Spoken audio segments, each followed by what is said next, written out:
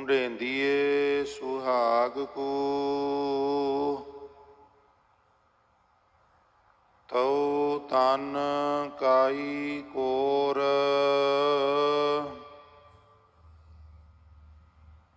ਜਿਨ੍ਹਾਂ ਨਾਉ ਸੁਹਾਗਣੀ, ਤਿਨਾ ਝਾਕ ਨਾ ਹੋਰ।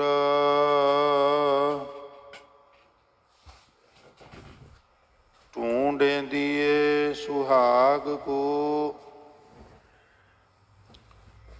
ਤਉ ਤਨ ਕਾਈ ਕੋਰ। ਜਿਨ੍ਹਾਂ ਨਾਉ ਸੁਹਾਗਣੀ, ਤਿਨਾ ਝਾਕ ਨਾ ਹੋਰ।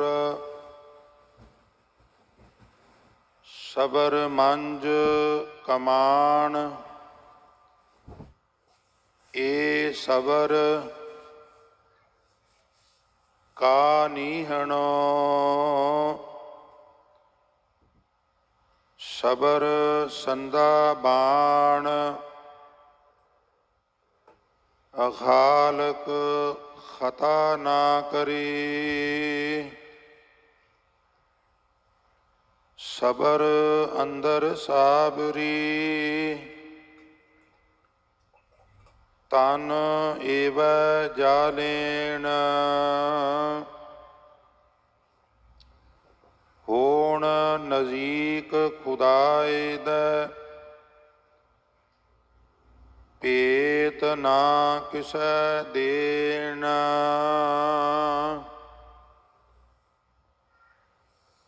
ਸਬਰ ਏਹ ਸੁਆਉ,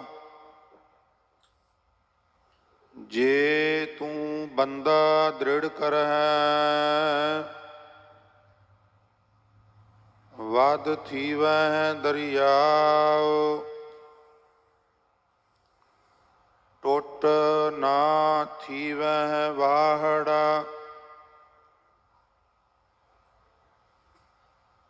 ਫਰੀਦਾ ਦਰਵੇਸੀ ਗਾਖੜੀ, ਚੋਪੜੀ ਪ੍ਰੀਤ। ਇਕਨ ਕਿੰਨੈ ਚਾਲੀਐ, ਦਰਵੇਸ਼ ਆਈ ਰੀਤ। ਫਰੀਦਾ ਦਰਵੇਸੀ ਗਾਖੜੀ, ਚੋਪੜੀ ਪ੍ਰੀਤ। ਇਕਨ ਕਿੰਨੈ ਚਾਲੀਐ, ਦਰਵੇਸ਼ ਆਈ ਰੀਤ। ਵਾਹਿਗੁਰੂ ਜੀ ਕਾ ਖਾਲਸਾ, ਵਾਹਿਗੁਰੂ ਜੀ ਕੀ ਫਤਿਹ। ਪਰਮ ਸਨਮਾਨਯੋਗ ਸ੍ਰੀ ਗੁਰੂ ਗ੍ਰੰਥ ਸਾਹਿਬ ਜੀ ਦੀ ਪਵਿੱਤਰ ਹਜ਼ੂਰੀ ਵਿੱਚ ਬਿਰਾਜਮਾਨ ਬਹੁਤ ਹੀ ਆਦਰਣੀय ਸਤਿਕਾਰਯੋਗ ਗੁਰੂ ਰੂਪ ਸਾਧ ਸੰਗਤ ਜੀ, ਬਹੁਤ ਹੀ ਵਡਭਾਗੇ ਹੋ। ਗੁਰੂ ਚਰਨਾਂ ਵਿੱਚ ਬਿਰਾਜ ਕੇ ਗੁਰੂ ਸਵਾਰਿਆਂ ਤੋਂ ਗੁਰਬਾਣੀ ਦੇ ਮਨੋਹਰ ਕੀਰਤਨ ਸਰਵਣ ਕਰਕੇ ਆਪ ਜੀ ਲਾਹੇ ਪ੍ਰਾਪਤ ਕਰ ਰਹੇ ਸੋ ਗੁਰਦੇਵ ਕਿਰਪਾ ਕਰਨ, ਸਭਨਾਂ ਦੀ ਸੇਵਾ ਕਾਲ ਮਹਾਰਾਜ ਥਾਂ ਪਾਉਣ ਜੀ। ਸੋ ਸਾਧ ਸੰਗਤ, ਪਿਛਲੇ ਕੁਝ ਹਫ਼ਤਿਆਂ ਤੋਂ ਸ਼ੇਖ ਫਰੀਦ ਜੀ ਦੇ ਪਾਵਨ ਸ਼ਲੋਕਾਂ ਦੀ ਵਿਚਾਰ ਚੱਲ ਰਹੀ ਹੈ। ਉਸ ਅਧੀਨ ਆਪ ਜੀ ਨੇ ਹੁਣੇ ਦਾਸ ਪਾਸੋਂ ਸ਼ਲੋਕ ਫਰੀਦ ਜੀ ਕੇ ਔਰ ਕੁਝ ਇਸ ਪ੍ਰਕਾਰ ਵਿਚਕਾਰ ਗੁਰੂ ਸਾਹਿਬਾਨ ਦੇ ਸ਼ਲੋਕ ਕਿਸੇ ਗੱਲ ਨੂੰ ਵਧੇਰੇ ਖੋਲ੍ਹਣ ਵਾਸਤੇ ਤੋ ਅੱਜ ਦੇ ਇਹਨਾਂ ਪਾਵਨ ਸ਼ਲੋਕਾਂ ਦੀ ਆਪ ਜੀ ਦੇ ਚਰਨਾਂ ਵਿੱਚ ਬੇਨਤੀ ਰੂਪ ਵਿੱਚ ਵਿਚਾਰ ਰੱਖਾਂ। ਸ਼ੁਰੂਆਤ ਵਿੱਚ ਹੀ ਸਨਿਮਰ ਬੇਨਤੀ ਹੈ, ਸਾਧ ਸੰਗਤ ਆਪ ਜੀ ਬਹੁਤ ਕਿਰਪਾ ਕਰਦੇ ਹੋ, सहयोग और आशीष बख्शिश करके विचार करवाते हो। सो इकाग्रता विच सहयोग बख्शिया करो। जो छोटे बच्चे ने उन्होंने तो पता नहीं हुंदा, पर जिन्हां दे नाल बच्चे आए हुंदे ने उन्होंने ये निमर बेनती है भी जे बच्चों को बिठाया जाए जां बच्चे ना भी बैठण तो थोड़ी दूरी बना ली करे। बाहर बालकोनी विच बच्चों को लैके जे बैठ जाया करिए तो सहयोग मिलता है। ये तां बेनती करी दी है साध संगत जी, एकाग्रता बनती है। तो हो सकता है आप जी नूं ये ना महसूस हुंदा होवे, पर किते तुसी मेरी जगह ते बैठे हो तो तुहानूं जरूर महसूस होवे कि एकाग्रता कितनी जरूरी है। इस वास्ते होर कोई चारा नहीं साडा, सिर्फ बेनती ही की जा सकती है। सो प्रवान करया करो जी। सो अज का शुरुआती श्लोक है साध संगत प्रकरण अमृत वेले का चल रहा है। शेख साहब ने एक श्लोक बख्शिश किया सी, फरीदा पिछल रात ना जाग्यो जीवंदड़े मोयो, जे तैं रब विसारिया तां रब ना विसरे हो। फिर गुरु रूप साध संगत जी इसे प्रकार एक श्लोक आप जी ने बख्शिश किया सी। श्लोक नंबर 112, पहले पैरे फुलड़ा फल भी पछा रात, जो जागन लहन से साई कन्नो दात। ਇਹਦੇ ਨਾਲ फिर गुरु नानक साहब सच्चे पातशाह का श्लोक और इसे प्रकार साध संगत पंजवें पातशाह के श्लोक इन्हां विच अमृत वेले नूं प्रचंड किया गया सी। अमृत वेले जागन नाल तू सुंदर हो जाएगा, बेमुहताज हो जाएगा, रजा विच राजी रहन की जाच आ जाएगी, दुख सुख नूं इक्को जिहा मन्नण विच समर्थ हो जाएगा इत्यादि। तो हुण अज दे शुरुआती बोल हैं, ढूंढेंदिए सुहाग को तऊ तन काई कोर। सुहाग इत्थे परमात्मा नूं कहा गया। जिस तरह किसी बच्ची का सुहाग साध संगत जी उहदा पति हुंदा है, इस प्रकार क्योंकि असी सारियां जीव इस्त्रियां हाँ, लिहाजा अध्यात्मक पक्षों साडा सुहाग भाग परमात्मा है। सो सुहाग परमात्मा नूं भालण वालीए जीव इस्त्रीए, तू अमृत वेले उठ के पति परमात्मा नूं मिलण लई बंदगी करदी है, पर तैनूं मिलिया अजे भी नहीं। बहुत सारे जग्यासू इस तरह के हुंदे ने जिहड़े आलस नाल युद्ध करके उठ ते जांदे ने, पर प्रेमियों कुछ ना कुछ करते भी ने, बात फिर भी नहीं बनती। तो शेख साहब अज सानू फाल्ट दसन लगे ने भी वो वजह की है, क्यों बात नहीं बनती, ताकि तुसी दुरुस्त कर सको। ढूंढेंदिए सुहाग को, हे अपने सुहाग नूं पति नूं लभण वाली जीव इस्त्री है, तू अमृत वेले ते उठनी है, आर पार ते करनी है। बंदगी भी परमात्मा नूं मिलण लई करनी है, पर तैनूं अजे भी नहीं मिलिया। तेरे अपने अंदर ही कोई कमी है, कोई कसर है।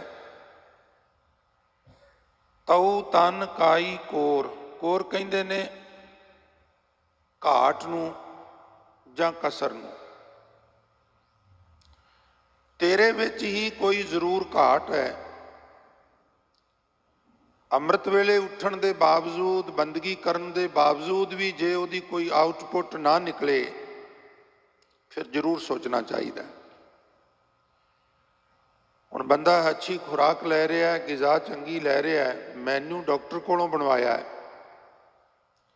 और किचन दे बाहर टंगिया है, बाकायदा उन्होंने फॉलो भी कर रहा है।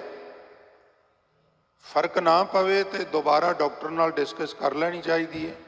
महाराज तुसी जिहड़ा मैन्यू बना के दिता है, मैं उन्होंने बाकायदा फॉलो कर रहा, पर बावजूद ये मैं अपने शरीर नूं जिस तरह रखना चाहुंदा उस तरह नहीं हो पा रहा। कृपा करके मैनू दोबारा दसो। तो शेख साहब कहते ने इस प्रकार ਜਿਨ੍ਹਾਂ ਦਾ ਨਾਮ ਸੁਹਾਗਣਾ ਹੈ ਉਹਨਾਂ ਦੇ ਅੰਦਰ ਕੋਈ ਹੋਰ ਟੇਕ ਨਹੀਂ ਹੁੰਦੀ। ਤੂੰ ਅੰਮ੍ਰਿਤ ਵੇਲੇ ਵੀ ਉੱਠਣਾ ਹੈ ਤੇ ਰੱਬ ਰੱਬ ਵੀ ਕਰਨਾ ਹੈ, ਪਰ ਝਾਕ ਹੋਰ ਕਿਤੇ ਰੱਖਣਾ ਹੈ। ਹੁਣ ਇਹ ਪ੍ਰਿੰਸੀਪਲ ਨੇ ਸਿੱਖੀਜ਼ਮ ਦੇ। ਤੁਸੀਂ ਵਾਰਿਸ ਹੋ ਕੌਮ ਦੇ, ਮੈਂ ਤੇ ਤੁਹਾਡਾ ਚੌਂਕੀਦਾਰ ਹਾਂ। ਚੌਂਕੀਦਾਰ ਈਮਾਨਦਾਰੀ ਨਾਲ ਹੋਕਾ ਨਾ ਦਏ ਤੇ ਉਹ ਚੌਂਕੀਦਾਰ ਬਹੁਤ ਵੱਡਾ ਗੁਨਾਹਗਾਰ ਹੁੰਦਾ ਹੈ। ਗੁਰਬਾਣੀ ਦਾ ਫਰਮਾਨ ਹੈ, ਜਿਨ ਗੁਰ ਗੋਪਿਆ ਆਪਣਾ। ਗੁਰੂ ਕੌਣ ਹੈ? ਸਾਡਾ ਗੁਰੂ ਗ੍ਰੰਥ ਸਾਹਿਬ। ਗੋਪਿਆ ਮੈਨੇ ਲੁਕਾਇਆ। ਵਿਚਾਰ ਕਰ ਰਹੇ ਹਾਂ, ਚੱਲਦੀ ਵਿਚਾਰ ਵਿੱਚ ਕੋਈ ਇੱਦਾਂ ਦਾ ਬਚਨ ਆ ਗਿਆ, ਉਹਨੂੰ ਸੰਕੋਚ ਲਿਆ ਵੀ ਜੇ ਇਹ ਕਿਹਾ ਤੇ ਕੋਈ ਨਾਰਾਜ਼ ਹੋ ਜਾਏਗਾ। ਜਿਹੜੇ ਲੋਕ ਆਪਣੇ ਗੁਰੂ ਨੂੰ ਲੁਕਾਉਂਦੇ ਨੇ, ਗੁਰੂ ਦੀ ਵਿਚਾਰਧਾਰਾ ਨੂੰ ਤਰੋੜ ਮਰੋੜ ਕੇ ਪੇਸ਼ ਕਰਦੇ ਨੇ, ਹਰਮਨ ਪਿਆਰੇ ਬਣਨ ਵਾਸਤੇ ਥੋੜਾ ਜਿਹਾ ਉਹਨੂੰ ਲੁਕਾ ਲੈਂਦੇ ਨੇ, ਤੇ ਨਰ ਬੁਰਿਆਰੀ। ਫਿਰ ਰਿਵਾਈਜ਼ ਕਰਦੇ ਹਾਂ, ਜਿਨ ਗੁਰ ਗੋਪਿਆ ਆਪਣਾ। ਜਿਨ੍ਹਾਂ ਨੇ ਆਪਣੇ ਗੁਰੂ ਨੂੰ ਗੋਪਿਆ, ਗੋਪਿਆ ਮੀਨਜ਼ ਲੁਕਾਇਆ, ਗੁਰੂ ਦੀ ਵਿਚਾਰਧਾਰਾ ਨੂੰ ਐਕਸਪਲੇਨ ਕਰਨ ਲੱਗੇ ਥੋੜੀ ਜੀ ਝੇਂਪ ਮੰਨ ਗਏ, ਲੋਕ ਨਾਰਾਜ਼ ਨਾ ਹੋ ਜਾਣ। ਹੁਣ ਅੱਜ ਕਿਹੜੀ ਗੱਲ ਹੈ ਜਿਹੜੀ ਕਹਿਣ ਤੋਂ ਪਹਿਲਾਂ ਮੈਂ ਤੁਹਾਨੂੰ ਪ੍ਰਪੇਅਰ ਕਰ ਰਿਹਾ। ਤਿੰਨਾ ਝਾਕ ਨਾ ਹੋਰ। ਅੰਮ੍ਰਿਤ ਵੇਲੇ ਉੱਠਿਆ ਹੈ, ਨਾਮ ਪਿਆ ਜਪਣਾ ਹੈ, ਤੇ ਫਿਰ ਕਬਰਾਂ ਵੱਲ ਕਿਉਂ ਦੇਖਣਾ ਹੈ? ਫਿਰ ਅਖੌਤੀ ਦੇਵੀ ਦੇਵਤਿਆਂ ਵੱਲ ਕਿਉਂ ਦੇਖਣਾ ਹੈ? ਫਿਰ ਵਰਤਾਂ ਵੱਲ ਕਿਉਂ ਦੇਖਣਾ ਹੈ? ਫਿਰ ਧਾਗੇ ਤਵੀਤਾਂ ਵਾਲਿਆਂ ਵੱਲ ਕਿਉਂ ਦੇਖਣਾ ਹੈ? ਔਰ ਖਾਲਸਾ ਜੀ ਯਾਦ ਰੱਖਣਾ, ਬੱਚੇ ਉਹ ਨਹੀਂ ਕਰਦੇ ਜੋ ਅਸੀਂ ਕਹਿੰਦੇ ਆ। ਬੱਚੇ ਉਹ ਨਹੀਂ ਕਰਦੇ ਜੋ ਅਸੀਂ ਕਹਿੰਦੇ ਆ, ਬੱਚੇ ਉਹ ਕਰਦੇ ਨੇ ਜੋ ਸਾਨੂੰ ਦੇਖਦੇ ਨੇ। ਤੁਸੀਂ ਫੋਨ, ਰੀਅਲ ਫੋਨ ਨਾਲ ਖੇਡੋਗੇ ਤੇ ਕਮ ਸੇ ਕਮ ਆਰਟੀਫਿਸ਼ੀਅਲ ਫੋਨ ਤੇ ਛੋਟੇ ਸਾਲ ਦੇ ਬੱਚੇ ਨੂੰ ਵੀ ਲਿਆ ਕੇ ਦੇਣਾ ਪਏਗਾ, ਜੋ ਕਹੇਗਾ ਮੈਨੂੰ ਵੀ ਲਿਆ ਕੇ ਦਿਓ। ਤੁਸੀਂ ਵੱਡਾ ਸਾਰਾ ਟੋਕਰਾ ਲੈ ਕੇ ਉਹਦੇ ਵਿੱਚ ਚਾਦਰ ਰੱਖ ਕੇ ਪੀਰ ਦੀ ਮਜ਼ਾਰ ਤੇ ਚਾੜਨ ਜਾ ਰਹੇ ਹੋ, ਔਰ ਉੱਥੇ ਕਿਸੇ ਨੇ ਵੀਡੀਓਗ੍ਰਾਫੀ ਕਰਕੇ YouTube ਦੇ ਉੱਤੇ ਡਾਊਨਲੋਡ ਕਰ ਦਿੱਤੀ। ਹੁਣ ਤੁਸੀਂ ਕਹੋ ਵੀ ਅਸੀਂ ਅਕਾਲ ਦੇ ਪੁਜਾਰੀ ਹਾਂ। ਬਈ ਅਕਾਲ ਦੇ ਪੁਜਾਰੀ ਤੇ ਇਸ ਤਰ੍ਹਾਂ ਦੇ ਨਹੀਂ ਹੁੰਦੇ। ਹਾਂਜੀ, ਤੁਸੀਂ ਸਾਨੂੰ ਟਾਰਗੇਟ ਨਾ ਕਰਿਆ ਕਰੋ, ਲਾ ਕੇ ਗੱਲਾਂ ਨਾ ਕਰਿਆ ਕਰੋ। ਬਈ ਤੁਸੀਂ ਹਟਾ ਲਓ ਆਪਣੇ ਨਾਲੋਂ ਇਹ ਸ਼ਬਦ। ਅਕਾਲ ਦਾ ਪੁਜਾਰੀ ਪੀਰਾਂ ਦੀਆਂ ਮਜ਼ਾਰਾਂ ਤੇ ਟੋਕਰਿਆਂ ਵਿੱਚ ਚਾਦਰਾਂ ਰੱਖ ਕੇ ਨਹੀਂ ਜਾਂਦਾ। ਜੇ ਵੇਖਣੀ ਹੈ ਵੀਡੀਓ ਤੇ ਮੈਨੂੰ ਦੱਸ ਦਿਆ, ਜੇ ਮੈਂ ਦਿਖਾ ਦਿਆਂਗਾ। ਤੁਸੀਂ ਅਕਾਲ ਦੇ ਪੁਜਾਰੀ ਕਿਵੇਂ ਹੋ ਗਏ? ਅਕਾਲ ਦਾ ਪੁਜਾਰੀ ਪੀਰਾਂ ਦੀਆਂ ਮਜ਼ਾਰਾਂ ਤੇ ਨਹੀਂ ਜਾਂਦਾ। ਤੁਸੀਂ ਰਾਜਨੀਤਿਕ ਆਗੂ ਹੋ ਔਰ ਮੈਂ ਪ੍ਰਚਾਰਕ ਹਾਂ, ਮੇਰਾ ਵੀ ਅਧਿਕਾਰ ਖੇਤਰ ਹੈ। ਮੈਂ ਰੋਕਾਂਗਾ ਤੁਹਾਨੂੰ, ਮੈਂ ਟੋਕਾਂਗਾ ਤੁਹਾਨੂੰ, ਮੈਂ ਪ੍ਰਾਪੋਗੰਡਾ ਕਰਾਂਗਾ ਤੁਹਾਡਾ। ਤੁਸੀਂ ਸੁਧਰ ਜਾਓ। ਤੁਸੀਂ ਪੀਰਾਂ ਦੀਆਂ ਮਜ਼ਾਰਾਂ ਤੇ ਜਾਣੋ ਹਟ ਜਾਓ। ਤੁਸੀਂ ਧਾਗੇ ਤਵੀਤਾਂ ਵਾਲਿਆਂ ਕੋਲ ਜਾਣੋ ਹਟ ਜਾਓ। ਤੁਸੀਂ ਦੇਵੀ ਦੇਵਤਿਆਂ ਦੀਆਂ ਥਾਵਾਂ ਤੇ ਜਾਣੋ ਹਟ ਜਾਓ। ਮੈਂ ਤੁਹਾਨੂੰ ਕਹਿਣੋਂ ਹਟ ਜਾਵਾਂਗਾ। ਤੁਸੀਂ ਨਹੀਂ ਹਟਣਾ ਤੇ ਹਟਣਾ ਮੈਂ ਵੀ ਨਹੀਂਗਾ। ਜਿੰਨਾ ਨਾਉ ਸੁਹਾਗਣੀ ਤਿੰਨਾ ਝਾਕ ਨਾ ਹੋਰ। ਤੂੰ ਗੁਰੂ ਕਾ ਸਿੱਖ ਹੈ, ਸੁਹਾਗਣ ਹੈ, ਔਰ ਤੂੰ ਤੇ ਰਾਜਨੀਤਿਕ ਆਗੂ ਵੀ ਹੈ। ਰਾਜਨੀਤਿਕ ਆਗੂ ਹੈ। ਤੇਰੇ ਕੋਲੋਂ ਅਸੀਂ ਸਿੱਖਣਾ ਹੈ। ਤੇਰੇ ਵੱਲੋਂ ਵੇਖ ਵੇਖ ਕੇ ਅਸੀਂ ਆਪਣੇ ਅੰਦਰ ਪੰਥ ਦਾ ਚਾਹ ਪੈਦਾ ਕਰਨਾ ਹੈ। ਤੇ ਤੂੰ ਆਪ ਪੀਰਾਂ ਦੀਆਂ ਮਜ਼ਾਰਾਂ ਤੇ ਤੁਰਿਆ ਫਿਰੇਂਗਾ ਤੇ ਸਾਨੂੰ ਕਿੱਥੇ ਲੈ ਕੇ ਜਾਏਗਾ? ਅੰਧਾ ਆਗੂ ਜੇ ਥੀਐ ਸਭ ਸਾਥ ਮੁਹਾਏ। ਆਗੂ ਅੰਨਾ ਹੋਵੇ ਤੇ ਆਪਣੇ ਸਾਰੇ ਸਾਥ ਨੂੰ ਵੀ ਉਹ ਡੋਬ ਬੈਂਦਾ ਹੈ।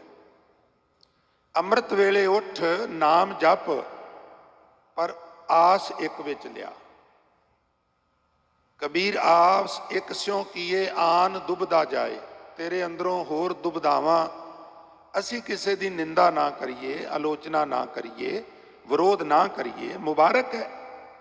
ਬਹਾਦਰ ਸ਼ਾਹ ਨੇ ਗੁਰੂ ਗੋਬਿੰਦ ਸਿੰਘ ਮਹਾਰਾਜ ਨੂੰ ਨਾਂਦੇੜ ਦੇ ਨੇੜੇ ਇੱਕ ਸਥਾਨ ਤੇ ਪੁੱਛਿਆ ਸੀ, ਪੀਰ ਮਜ਼ਹਬ ਤੁਮਹਾਰਾ ਖੂਬ ਕਿ ਹਮਾਰਾ ਖੂਬ?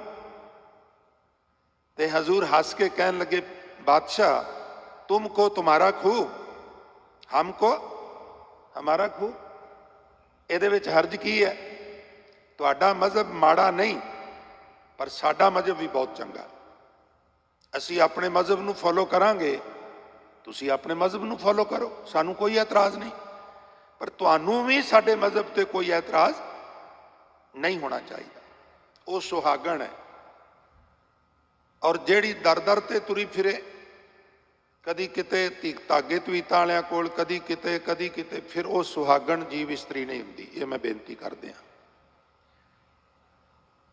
ਜੇ ਇਸੇ ਪ੍ਰਕਾਰ ਭਾਵ ਪਤੀ ਮਿਲਾਪ ਦੀ ਦਾਤ ਉਹਨਾਂ ਨੂੰ ਹੀ ਮਿਲਦੀ ਹੈ ਜੋ ਅੰਮ੍ਰਿਤ ਵੇਲੇ ਉੱਠਣ ਦਾ ਕੋਈ ਹੱਕ ਵੀ ਨਹੀਂ ਜਤਾਉਂਦੇ। ਹੱਕ ਨਹੀਂ ਜਤਾਣਾ। ਸੰਗਤ ਜੀ, ਗੁਰਮਤਿ ਦਾ ਇਹ ਸਿਧਾਂਤ ਹੈ। ਹੱਥ ਜੋੜ ਕੇ ਬੇਨਤੀ ਹੈ, ਸੇਵਾ ਕਰੀਏ, ਸਿਮਰਨ ਕਰੀਏ, ਬਾਣੀ ਪੜ੍ਹੀਏ, ਨਾਮ ਜਪੀਏ, ਹੱਕ ਨਹੀਂ ਜਤਾਣਾ। ਫਰਮਾਨ ਹੈ ਗੁਰਬਾਣੀ ਦਾ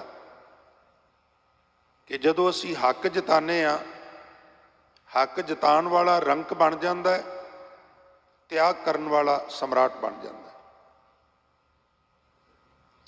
ਇਸ ਲਈ ਕੋਈ ਹੱਕ ਨਹੀਂ। ਅਗਲਾ ਸ਼ਲੋਕ ਮੈਂ ਤੁਹਾਡੀ ਨਜ਼ਰ ਕਰਾਂ। ਸਬਰ ਮੰਝ ਕਮਾਣ, ਸਬਰ ਮੰਝ ਕਮਾਣ, ਇਹ ਸਬਰ ਕਾ ਨੀਹਣੋ, ਇੱਦਾਂ ਇਹਦਾ ਵਿਸ਼ਰਾਮ ਹੈ। ਕਈ ਵਾਰ ਕਹਿ ਦਿੰਦੇ ਵੀ ਉਹ ਆਪਣੇ ਆਪ ਨੂੰ ਬੜਾ ਵਿਦਵਾਨ ਸਮਝਦਾ, ਇੱਦਾਂ ਕਹਿੰਦਾ, ਤੁਸੀਂ ਗਲਤ ਪੜ੍ਹਦੇ। ਕਿਤਨੀ ਰਿਕਾਰਡਿੰਗ ਹੋਈ ਹੈ, YouTube ਤੇ ਚੜੀ, ਇੱਕ ਦਿਖਾ ਦਿਓ ਇੱਦਾਂ ਵਿਸ਼ਰਾਮ ਕਿਤੇ ਲੱਗਾ ਹੋਵੇ। ਸਾਰੇ ਰੌਂਗ ਨੇ। ਸਬਰ ਮੰਝ ਕਮਾਣ, ਇਹ ਸਬਰ ਕਾ ਨੀਹਣੋ, ਔਰ ਸਬਰ ਸੰਦਾ ਬਾਣ ਖਾਲਕ ਖਤਾ ਨਾ ਕਰੀ। ਸਬਰ ਕਹਿੰਦੇ ਸਿਦਕ ਨੂੰ। ਹਜ਼ੂਰ ਕਹਿੰਦੇ ਨੇ ਮਨ ਵਿੱਚ ਸਬਰ ਦੀ ਕਮਾਨ ਹੋਵੇ। ਮਨ ਰੂਪੀ ਕਮਾਨ। ਕਮਾਨ ਆਪ ਜੀ ਸਮਝਦੇ ਹੋ, ਇੱਕ ਤੀਰ ਹੁੰਦਾ, ਇੱਕ ਕਮਾਨ ਹੁੰਦਾ। ਅਸੀਂ ਤੀਰ ਕਮਾਨ ਇਕੱਠਾ ਵੀ ਕਹਿੰਦੇ ਨੇ। ਤੀਰ ਤੇ ਉਹ ਜਿਹੜਾ ਚੱਲ ਕੇ ਦੂਰ ਜਾਂਦਾ ਹੈ। ਦੋ ਤਰ੍ਹਾਂ ਦੇ ਸਾਧ ਸੰਗਤ ਹਥਿਆਰ ਹੁੰਦੇ ਨੇ, ਇੱਕ ਅਸਤਰ ਹੁੰਦੇ ਨੇ, ਇੱਕ ਸ਼ਸਤਰ ਹੁੰਦੇ ਨੇ। ਅਸਤਰ ਸ਼ਸਤਰ, ਪਰ ਕੁਝ 2 in 1 ਵੀ ਹੁੰਦੇ ਨੇ। ਜਿਵੇਂ ਨੇਜਾ ਹੈ, ਉਹਨੂੰ ਦੂਰੋਂ ਵੀ ਮਾਰਿਆ ਜਾ ਸਕਦਾ ਹੈ, ਉਹਨੂੰ ਹੱਥ ਵਿੱਚ ਫੜ ਕੇ ਵੀ ਲੜਿਆ ਜਾ ਸਕਦਾ ਹੈ। ਉਹ ਅਸਤਰ ਵੀ ਹੈ, ਉਹ ਸ਼ਸਤਰ ਵੀ ਹੈ। ਸ਼ਸਤਰ ਹੱਥ 'ਚ ਫੜ ਕੇ ਲੜਨਾ ਹੁੰਦਾ ਹੈ, ਅਸਤਰ ਨੂੰ ਦੂਰੋਂ ਚਲਾਉਣਾ ਹੁੰਦਾ ਹੈ। ਤੋ ਤੀਰ ਕੀ ਹੈ? ਅਸਤਰ ਹੈ। ਔਰ ਕਮਾਨ ਉਹਦੇ ਉੱਤੇ ਚਿੱਲੇ ਦੇ ਚਾੜ ਕੇ ਉਹਨੂੰ ਚਲਾਇਆ ਜਾਂਦਾ ਹੈ। ਸੋ ਆਪ ਜੀ ਫਰਮਾਨ ਕਰ ਰਹੇ ਨੇ, ਸਬਰ ਮੰਝ ਕਮਾਨ। ਜੇ ਮਨ ਵਿੱਚ ਇਹ ਸਬਰ ਦੀ ਕਮਾਨ ਹੋਵੇ, ਸਬਰ ਮੰਝ ਕਮਾਨ, ਤੇ ਕਾ ਨੀਹਣੋ, ਨੀਹਣੋ ਕਹਿੰਦੇ ਚਿੱਲਾ। ਸਤਸੰਗ ਚਿੱਲਾ ਕਹਿੰਦੇ ਜਿਹੜਾ ਉਹ ਕਮਾਨ ਦੇ ਇੱਕ ਪਾਸੇ ਤੇ ਕਮਾਨ ਬਣੀ ਹੁੰਦੀ, ਇੱਕ ਪਾਸੇ ਉਹ ਡੋਰ ਨਾਲ ਬੱਧੀ ਹੁੰਦੀ ਹੈ। ਕਮਾਨ ਵਾਲੇ ਪਾਸੇ ਠੀਕ ਵਿਚਕਾਰ ਇੱਕ ਜਗ੍ਹਾ ਬਣੀ ਹੁੰਦੀ ਹੈ, ਜਿੱਥੇ ਤੀਰ ਦਾ ਪਿਛਲਾ ਹਿੱਸਾ ਰੱਖ ਕੇ ਇਸ ਅੰਗੂਠੇ ਤੇ ਕਲਮੇ ਵਾਲੀ ਉਂਗਲੀ ਨਾਲ ਘੁੱਟ ਕੇ ਉਹ ਪਕੜ ਕੇ ਔਰ ਉਹਨੂੰ ਕੰਨ ਤੱਕ ਖਿੱਚਣਾ ਹੁੰਦਾ ਹੈ, ਔਰ ਫਿਰ ਸ਼ਿਸ਼ਤ ਲਾ ਕੇ ਉਹਨੂੰ ਛੱਡਣਾ ਹੁੰਦਾ ਹੈ। ਉਹ ਜਿੱਥੇ ਪਿਛਲਾ ਹਿੱਸਾ ਰੱਖ ਕੇ ਘੁੱਟ ਕੇ ਉਹ ਪਕੜ ਕੇ ਖਿੱਚੀਦਾ ਹੈ, ਉਹਨੂੰ ਕਮਾਨ ਕਹਿ ਦਿੰਦੇ ਨੇ।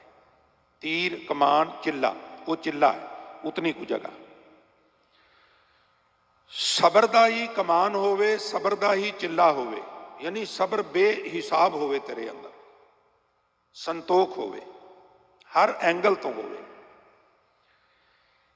ਜੇ ਮਨ ਵਿੱਚ ਇਹ ਸ਼ਬਦ ਦੀ ਕਮਾਨ ਹੋਵੇ, ਸ਼ਬਦ ਦੀ ਕਮਾਨ ਦਾ ਚਿੱਲਾ ਹੋਵੇ, ਸ਼ਬਦ ਦਾ ਹੀ ਤੀਰ ਹੋਵੇ।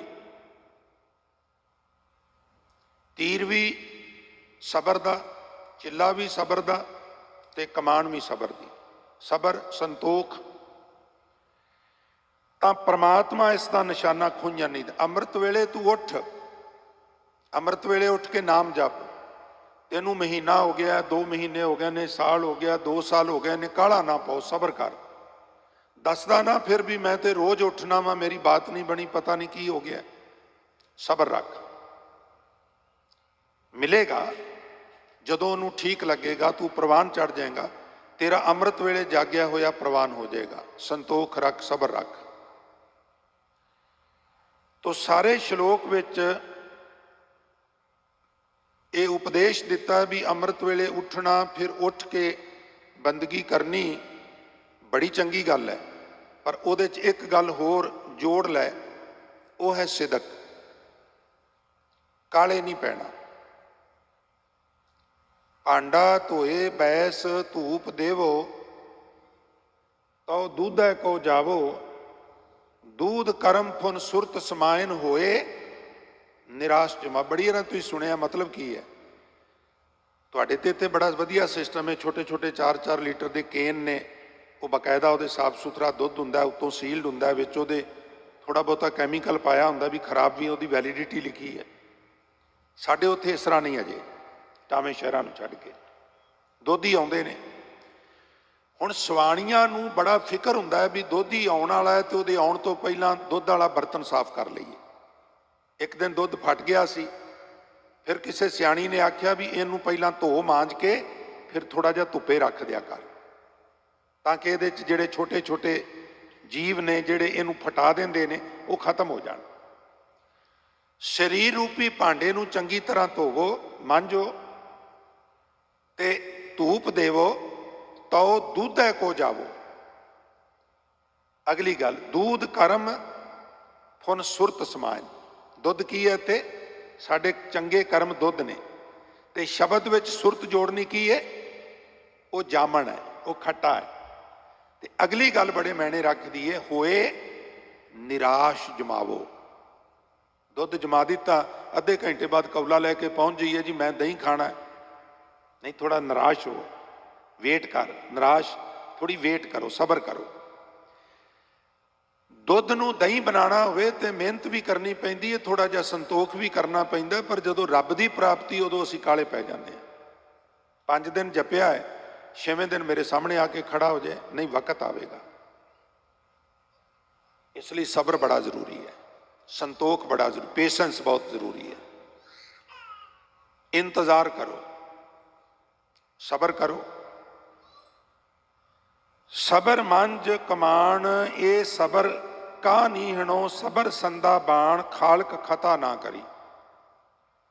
सबर अंदर साबरी, तन एवं जालेन, होण नजीक खुदाए दे, भेत ना किसै देन। सत्संगत जी, सबर मैंने संतोख, साबरी मैंने सबर करन वाला, साबरी संतोखी। संतोख जिहदे विच कालापन नहीं, होछापन नहीं, हर पक्ष तो धीरज है, टका है, बर्दाश्त का मत है। सबर अंदर साबरी, तन एवै जालेन, होण नजीक खुदाए दे, भेत ना किसै देन। सबर वाले बंदे सबर विच रह के इसे तरह सदा सबर विच ही बंदगी की घाल घालते हैं। इस तरह वो रब दे नेड़े हुंदे जांदे हन ते किसे नूं अपने दिल का भेत नहीं देंदे, किसे नूं दिल का भेत नहीं देंदे। मैं बहुत जपना वा, वो कदी नहीं कहिंदे। मेरा अनहद नाद वजन लग पिया, वो कदी नहीं कहिंदे। जिहदा वजदा वो नहीं कहेगा। मैनूं खिमा कर देना, जिहड़ा कह रहा है आप ओदा नहीं अजे बात बनी। कबीर दावै दाजन होत है, निर्दावै रह निशंक। जो जन निर्दावै रह, सो गणै इंद्र सो रंग। दावा करन नाल दाजन हुंदा है, सड़न हुंदी है, और बिना दावे वाला चंगा रह जाता है। इसलिए दावा नहीं करना चाहिए, मेरी बात बन गई है। फिर पता कोई नहीं आने वाले समय की हो जाना।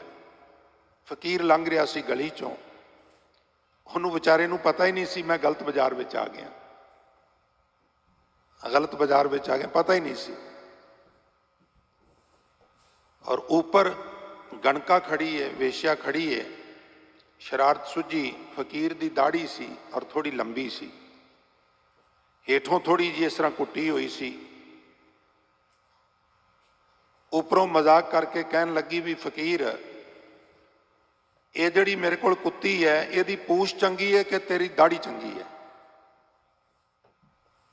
ਤਾਂ ਹੁਣ ਸਾਡੇ ਤੁਹਾਡੇ ਵਰਗਾ ਹੁੰਦਾ ਤੇ ਸਿਰ ਪਾੜ ਦਿੰਦਾ। ਫਕੀਰ ਸੀ, ਸਬਰ ਸੀ, ਪੇਸ਼ੈਂਸ ਸੀ। ਕਹਿਣ ਲੱਗਾ ਬੇਟੀ ਫਿਰ ਕਿਤੇ ਦੱਸਾਂਗਾ। ਬੇਟੀ, ਔਰ ਕਿਸੇ ਨੂੰ ਬੇਟੀ ਕਹਿਣ ਲੱਗਿਆ ਜ਼ਰੂਰੀ ਨਹੀਂ ਵੀ ਉਹਦੀ ਉਮਰ ਤੁਹਾਡੇ ਨਾਲ ਛੋਟੀ ਹੋਵੇ। ਬਰਾਬਰ ਦੀ ਉਮਰ ਦੀ ਲੜਕੀ ਨੂੰ ਵੀ ਬੇਟੀ ਕਿਹਾ ਜਾ ਸਕਦਾ ਹੈ। ਔਰ ਮੈਂ ਹੋਰ ਅਰਜ਼ ਕਰਾਂ, ਤੁਸੀਂ ਸੁਣ ਕੇ ਹੈਰਾਨ ਹੋਵੋਗੇ, ਵੱਡੀ ਨੂੰ ਵੀ ਬੇਟੀ ਕਿਹਾ ਜਾ ਸਕਦਾ ਹੈ। ਮੈਨੂੰ ਇੱਕ ਘਟਨਾ ਯਾਦ ਆ ਗਈ ਹੈ, ਮੈਂ ਸਾਂਝੀ ਕਰਨ ਆਗਿਆ ਲੈ ਕੇ।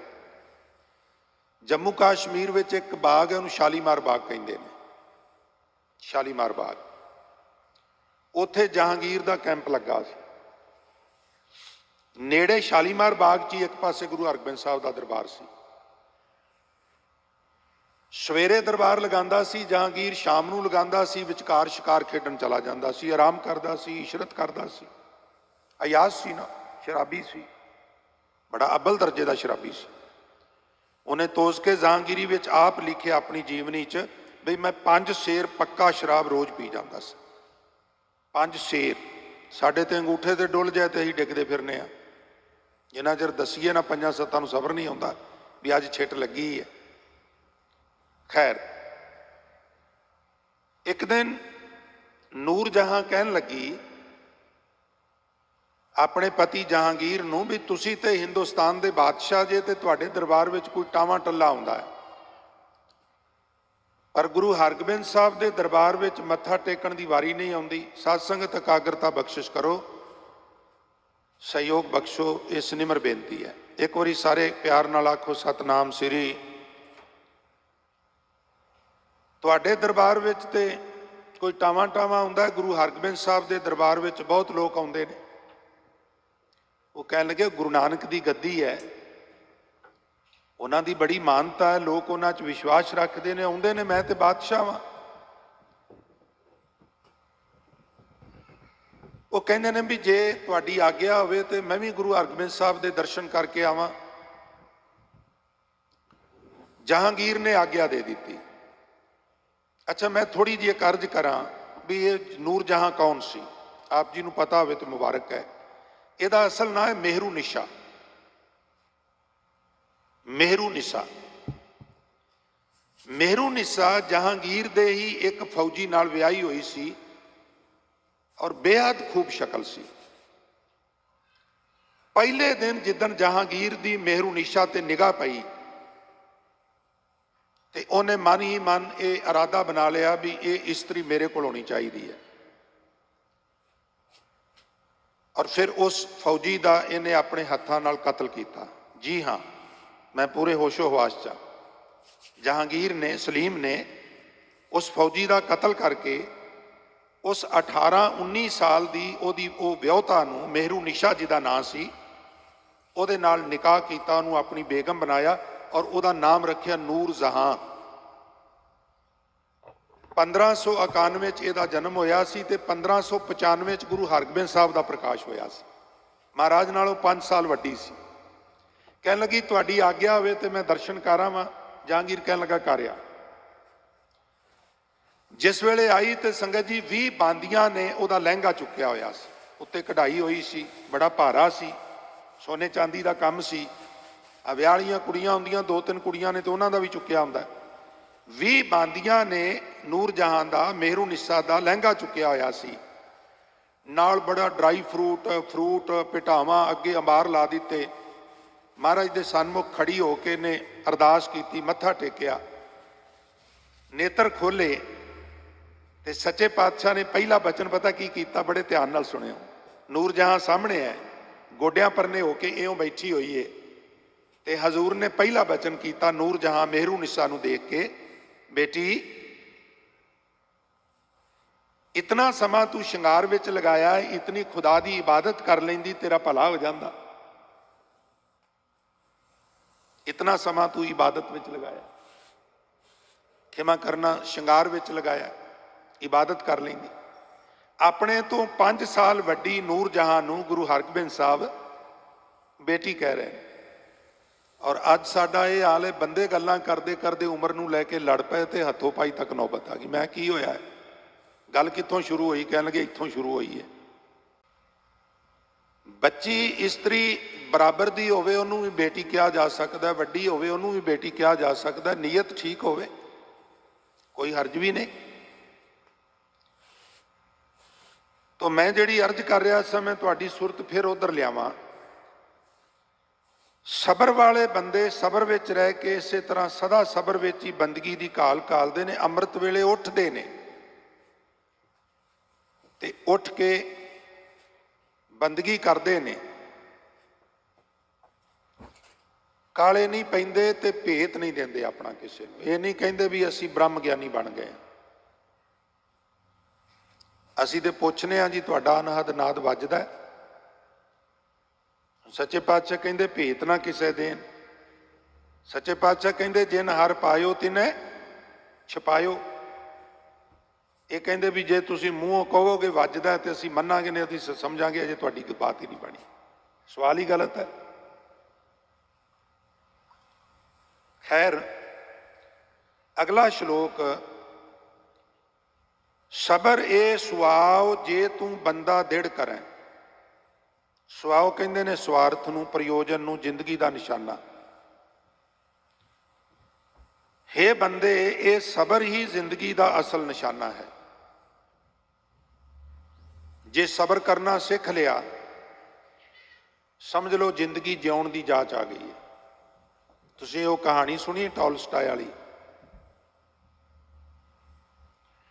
ਉਹ ਕਹਿੰਦਾ ਵੀ ਕੋਈ ਸੰਗੀਤਕਾਰ ਕਿਸੇ ਬਸਤੀ ਚਲਾ ਗਿਆ, ਜਿਵੇਂ ਸਾਡੇ ਲੋਕ ਆ ਜਾਂਦੇ ਨੇ ਕੀਰਤਨ ਵਾਲੇ, ਢਾਡੀ, ਕਥਾ ਵਾਲੇ, ਵੀ ਕਹਿਲਗਿਰੀ ਬੜੀ ਸੰਗਤ ਜੁੜਦੀ ਹੈ, ਬੜੇ ਪਿਆਰ ਨਾਲ ਸੁਣਦੀ ਹੈ, ਮਾਣ ਤਾਣ ਕਰਦੀ ਹੈ, ਵੀ ਚਲੋ ਕਹਿਲਗਿਰੀ ਚੱਲੀਏ, ਦਸ਼ਮੇਸ਼ ਕਲਚਰ ਸੈਂਟਰ ਚੱਲੀਏ।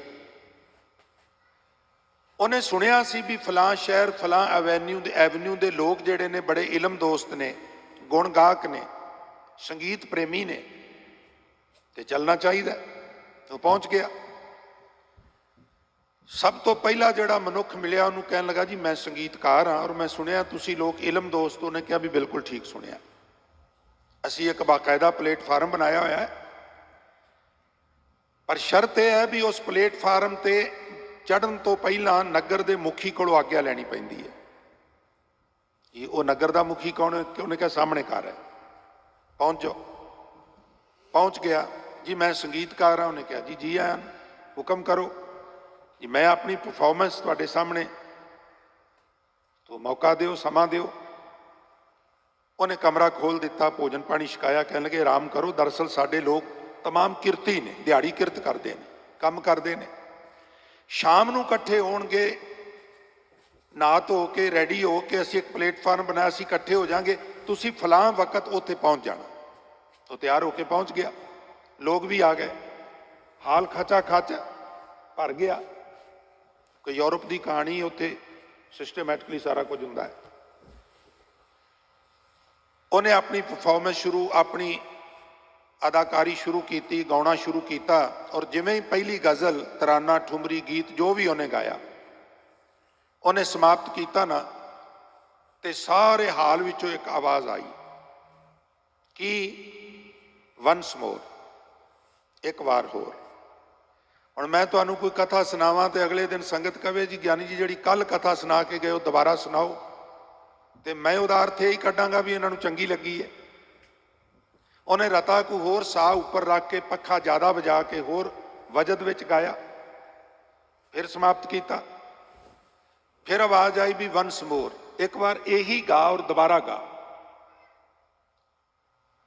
ਕਥਾ ਕਹਿੰਦੀ ਉਹਨੇ 7 ਵਾਰੀ ਗਾਇਆ ਔਰ 7 ਵਾਰੀ ਆਵਾਜ਼ ਆਈ ਵਨਸ ਮੋਰ, ਇੱਕ ਵਾਰ ਹੋਰ।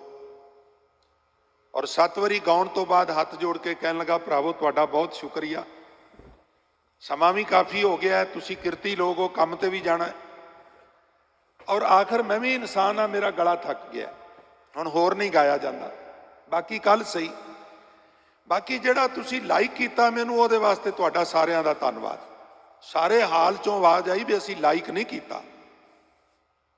ਖੂਨ ਪਾਣੀ ਬਣ ਗਿਆ, ਹੱਦ ਹੋ ਗਈ ਹੈ। ਲਾਈਕ ਨਹੀਂ ਕੀਤਾ ਤੇ ਫਿਰ ਵਾਰ-ਵਾਰ ਵਨਸ ਮੋਰ, ਵਨਸ ਮੋਰ। ਉਹ ਕਹਿਣ ਲੱਗੇ ਦਰਅਸਲ ਗੱਲ ਇਹ ਹੈ, ਸ਼ਾਇਦ ਤੈਨੂੰ ਪਤਾ ਨਹੀਂ, ਇਹ ਸਾਰੀ ਬਸਤੀ ਸੰਗੀਤਕਾਰਾਂ ਦੀ ਹੈ, ਅਸੀਂ ਦਿਹਾੜੀ ਗਾਉਣ ਵਾਸਤੇ ਜਾਂਦੇ ਹਾਂ। और तू बेसुरा गा रहा है, बेताला गा रहा है। ਜਦੋਂ तक तू सुर च नहीं गाਉਂਦਾ, ताल च नहीं गाਉਂਦਾ, ਅਸੀਂ ਤੈਨੂੰ वंस मोर ਕਹਿੰਦੇ ਰਵਾਂਗੇ। ਇਹ ਤੇ ਦ੍ਰਿਸ਼ਟਾਂਤ ਹੈ। ਦਾ ਦ੍ਰਿਸ਼ਟਾਂਤ ਕੀ ਹੈ? ਜ਼ਿੰਦਗੀ ਵੀ ਇੱਕ ਗੀਤ ਹੈ। ਜਦੋਂ ਜਦੋਂ ਅਸੀਂ ਜ਼ਿੰਦਗੀ ਬਸ਼ਰ ਕਰਕੇ ਜ਼ਿੰਦਗੀ ਰੂਪੀ ਗੀਤ ਗਾ ਕੇ ਨਿਰੰਕਾਰ ਦੇ ਸਾਹਮਣੇ ਜਾਂਦੇ ਆ, ਉਹ ਝਟਪਟ ਜਿਵੇਂ ਅਮਰੀਕਾ ਦਾ ਵੀਜ਼ਾ ਲੈਣ ਜਾਓ ਨਾ ਤੇ 40-50 ਸੈਕਿੰਡ 'ਚ ਡਿਸੀਜਨ ਆ ਜਾਂਦਾ, 2 ਮਿੰਟ ਲੱਗ ਜਾਂਦੇ ਹੋਣਗੇ। ਇਸ ਤਰ੍ਹਾਂ ਦੋ ਕੁ ਪੱਤਰੇ ਇੱਧਰ ਉੱਧਰ ਫੋਲਦਾ ਤੇ ਸਹਿਜੇ ਜੇ ਕਹਿੰਦਾ ਵੰਸ ਮੋਰ। ਜੰਮ ਜੰਮ ਮਰੇ ਮਰੇ ਫਿਰ ਜੰਮੇ, ਬਹੁਤ ਸਜਾਏ ਪਿਆ ਦੇਸ਼ ਲੰਮੇ। ਕਿਉਂ? ਜਿਉਣ ਦੀ ਜਾਚ ਨਹੀਂ ਆਈ। ਅਜੇ ਤੇ ਮੈਨੂੰ ਖਿਮਾ ਕਰ ਦੇਣਾ, ਮੈਂ ਸੁਧਾਰ ਵਾਸਤੇ ਬੇਨਤੀ ਕਰਨਾ, ਹਾਰਟ ਕਰਨ ਵਾਸਤੇ। ਅਜੇ ਟਾਵਿਆਂ ਨੂੰ ਛੱਡ ਕੇ ਸਿੱਖ ਕਮਿਊਨਿਟੀ ਨੂੰ ਤੇ ਬਹਿਣਾ ਵੀ ਨਹੀਂ ਆਇਆ। ਤੁਸੀਂ ਵਾਰਸੋ ਕੌਮ ਦੇ, ਮੈਂ ਚੌਂਕੀਦਾਰ ਹਾਂ, ਪਰ ਹੁਣ ਇਤਨਾ ਕੁ ਕਹਿਣਾ ਪੈਣਾ, ਅਦਰਵਾਈਜ਼ ਸੁਧਾਰ ਨਹੀਂ ਹੋਣਾ। ਬੈਠਣ ਦਾ ਵੀ ਵੱਲ ਹੁੰਦਾ। ਫਲਾਣਾ ਤੇ ਏਡਾ ਨਿਕੰਮਾ, ਉਹਨੂੰ ਬਹਿਣਾ ਵੀ ਨਹੀਂ ਆਉਂਦਾ। ਫਲਾਣੇ ਨੂੰ ਤੇ ਖਲੋਣਾ ਵੀ ਨਹੀਂ ਆਉਂਦਾ। ਮੇਥੋਂ ਪਹਿਲਾਂ ਰਾਗੀ ਸਿੰਘਾਂ ਨੂੰ ਉਚੇਚੀ ਬੇਨਤੀ ਕਰਨੀ ਪਈ ਬਈ ਸਾਧ ਸੰਗਤ ਬੱਚਿਆਂ ਨੂੰ ਜ਼ਰੂਰ ਕੰਟਰੋਲ ਕਰਨ ਦੀ ਕੋਸ਼ਿਸ਼ ਕਰਿਆ ਕਰੋ। ਉਹ ਕਰਕੇ ਗਏ, ਮੈਨੂੰ ਬੜੀ ਖੁਸ਼ੀ ਹੋਈ, ਕਿਉਂਕਿ ਸਾਰਾ ਮਹੀਨਾ ਮੈਂ ਇਕੱਲਾ ਹੀ ਕਲਪਦਾ ਰਿਹਾ। ਅੱਜ ਮੈਂ ਇੱਕ ਰਾਗੀ ਸਿੰਘ ਦੇ ਮੂੰਹੋਂ ਵੀ ਸੁਣਿਆ ਜਿਨ੍ਹਾਂ ਨੇ ਕਿਹਾ ਵੀ ਸੰਭਾਲਿਆ ਕਰੋ। ਤੋ ਖੈਰ, ਮੈਂ ਅਰਜ਼ ਕਰ ਰਿਹਾ ਸਾਂ, ਅਸਲ ਵਿੱਚ ਜ਼ਿੰਦਗੀ ਦਾ ਮਨੋਰਥ ਹੀ ਸਬਰ ਸਿੱਖਣਾ ਹੈ। ਇਹ ਬੰਦੇ ਸਬਰ ਦੀ ਜ਼ਿੰਦਗੀ ਦਾ ਅਸਲ ਨਿਸ਼ਾਨਾ ਹੈ। ਜੇ ਤੂੰ ਸਬਰ ਨੂੰ ਹਿਰਦੇ 'ਚ ਪੱਕਾ ਕਰ ਲੈ ਤਾਂ ਤੂੰ ਵੱਧ ਕੇ ਦਰਿਆ ਹੋ ਜਾਏਗਾ। ਵੱਧ ਥੀਵੇਂ ਦਰਿਆਓ। ਜੇ ਤੇਰੇ 'ਚ ਸਬਰ ਹੈ ਤੇ ਤੂੰ ਦਰਿਆ ਹੈ, ਤੇ ਜੇ ਸਬਰ ਨਹੀਂ ਸਿੱਖਿਆ ਤੇ ਫਿਰ ਤੂੰ ਛੱਪੜ ਬਣ ਗਿਆ, ਫਿਰ ਤੂੰ ਸੁੰਗੜ ਗਿਆ, ਫਿਰ ਤੂੰ ਮੈਲਾ ਹੋ ਗਿਆ। ਪਰ ਜੇ ਤੇਰੇ ਕੋਲ ਸਬਰ ਹੈ, ਪੇਸ਼ੈਂਸ ਹੈ, ਧੀਰਜ ਹੈ, ਫਿਰ ਤੂੰ ਬਹੁਤ ਵੱਡਾ ਦਰਿਆ ਹੈ। ਇਸ ਵਾਸਤੇ ਜੇ ਤੂੰ ਵੱਧ ਥੀਵੇਂ ਦਰਿਆਓ ਨਹੀਂ ਤੇ ਘਟ ਕੇ ਨਿੱਕਾ ਜਿਹਾ ਵਹਿਣ ਜਿਹੜਾ ਉਹ ਬਣ ਜਾਏਗਾ। ਜੇ ਸਬਰ ਰੱਖੇਗਾ ਤੇ ਨਹੀਂ ਬਣੇਗਾ। ਭਾਵ ਸਬਰ ਵਾਲਾ ਜੀਵਨ ਬਣਾਇਆ, ਤੇਰਾ ਦਿਲ ਵੱਧ ਕੇ ਦਰਿਆ ਹੋ ਜਾਏਗਾ ਤੇ ਦਿਲ ਵਿੱਚ ਸਾਰੇ ਜਗਤ ਵਾਸਤੇ ਪਿਆਰ ਪੈਦਾ ਹੋ ਜਾਏਗਾ, ਸਾਰੇ ਜਗਤ ਵਾਸਤੇ। ਸੰਗਤ ਜੀ, ਮੋਹ ਕੀ ਹੈ? ਆਪਣਿਆਂ ਵਾਸਤੇ। ਪਿਆਰ ਕੀ ਹੈ? ਸਾਰਿਆਂ ਵਾਸਤੇ। ਮੋਹ ਕੀ ਹੈ? ਬੀਜ। ਪਿਆਰ ਕੀ ਹੈ? ਦਰਖਤ। ਬੀ ਕਿਤਨਾ ਹੀ ਚੰਗਾ ਹੋਵੇ, ਥੈਲੀ 'ਚ ਰੱਖ ਛੱਡੋ, ਦਰਖਤ ਨਹੀਂ ਬਣਦਾ, ਉਹਨੂੰ ਮਿੱਟੀ 'ਚ ਮਿਲਾਉਣਾ ਪੈਂਦਾ, ਫਿਰ ਦਰਖਤ ਬਣਦਾ। ਔਰ ਮੋਹ ਨੂੰ ਮਿੱਟੀ 'ਚ ਮਿਲਾ ਦਈਏ,